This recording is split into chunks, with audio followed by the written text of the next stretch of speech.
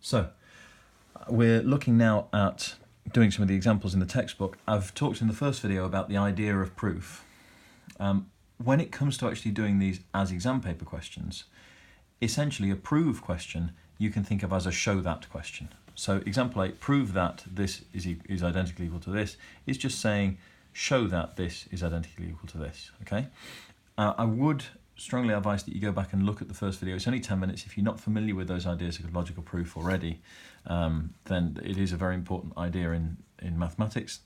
But let's assume that we understand these ideas of having statements, logical steps, and conclusions. So, before we plough into example 8, let's just check we're familiar with the words. A conjecture is something which we think may be true. Okay, so we can here at the moment this is a conjecture. I think that this is exactly the same as this. Okay, once I've proved something, I can call it a theorem. Now here, I can't really say this is a theorem, that this bit of algebra is the same as this bit of algebra, because it's not really an important enough statement. It's just something about this particular algebraic expression. But a theorem might be something like Pythagoras' theorem, okay? So a theorem is very different from a theory, because a theory of something is the study of it. So in maths we have things called graph theory or group theory or number theory, where we study different kinds of mathematical objects. Or in science you have the theory of gravity or the theory of evolution. These are areas of study, okay? So if you're, or in science I suppose, it is the full description of an idea which has been proved. So the theory of evolution tells you all about evolution and how it's true and why it's true and all those sorts of things.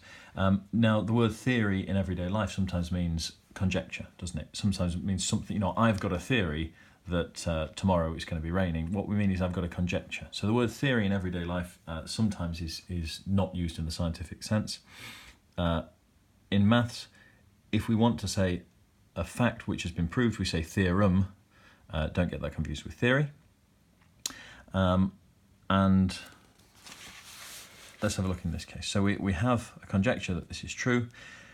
We can treat it like a show that question. So we think that this is true. All we've got to do is show how to get from this algebraic expression to this algebraic expression in logical steps.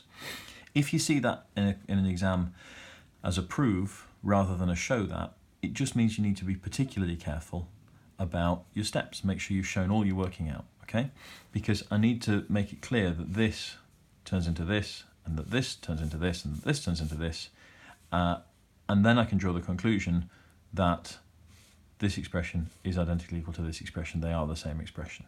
All right, so it's just showing your stages very carefully. There isn't a trick. There isn't a way of setting out a proof. There are a few good pointers, and there's some in the black bullet points here and in the notes in the textbook. I'll leave you to read those.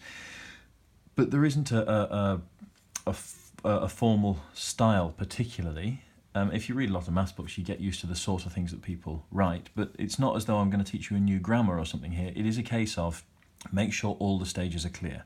So if you're reading it and you're thinking, right, I'm not sure quite why this line here comes from this line here, then you need something to explain it. A bit of extra algebra, a bit more working out, sometimes even a sentence to say, well, this is why we can take this next step. So this example 8, just to show that question, okay? Example 9, prove that if x minus p is a factor of f of x, then f of p equals 0. So here we go. This is what we're familiar with. It's the factor theorem, isn't it? So if x minus p is a factor, then f of x can be written as x minus p times g of x. Okay, so this polynomial f of x can be written as x minus p times another polynomial g of x. Now, it often helps to think of these yellow boxes as an important part of the proof. When you're writing this down, you wouldn't just write down the blue box, you write down what's in these yellow boxes as well, okay? So if g of x is a smaller polynomial than f of x equals x minus p times something or other. And if you substitute p into the left-hand side and substitute p into the right-hand side, p minus p is what you get here, so you get a 0.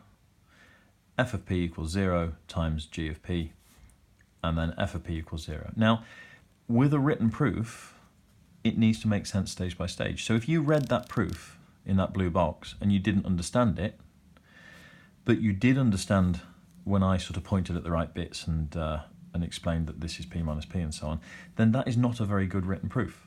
Okay, if you don't understand it from what's written down and you need somebody to explain the stages, then the writing isn't very good. Because when you're writing a proof, you need to write it for somebody to read and to understand the bits stage by stage, okay?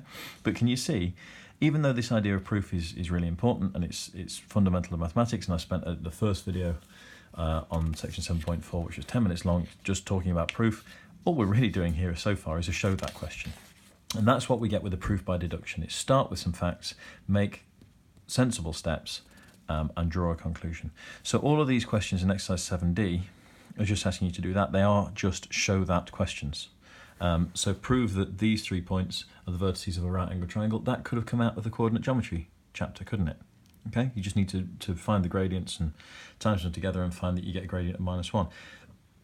Difference is you just got to be a bit more careful about making sure you're showing you're working out, okay? So all of these grand ideas so far just come down to show you working out, really. That's not what proof is. Proof is a bigger thing and more important than that, but our first exercise on it just comes down to show that questions and show you working out, okay? We'll carry on in another video for section 7.5.